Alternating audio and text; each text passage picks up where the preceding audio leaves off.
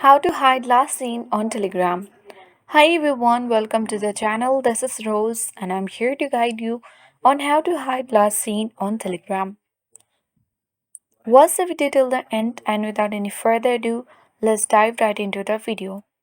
Launch Telegram app on your device. Sign in to your account.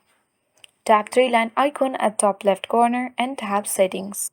Once you get access to settings section, tap privacy and security under settings. When you scroll down under privacy, you will see different options. Simply choose last seen and nobody or online and open it. Currently, it has been set to nobody. So it has been set to everybody or my contacts. You can definitely tap nobody and say to nobody so that it will be hidden from everyone on Telegram.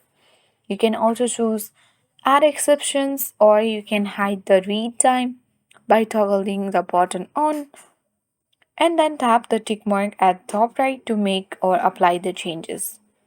So tap OK button and it has been successfully set to nobody. This means we have hidden our last scene on Telegram.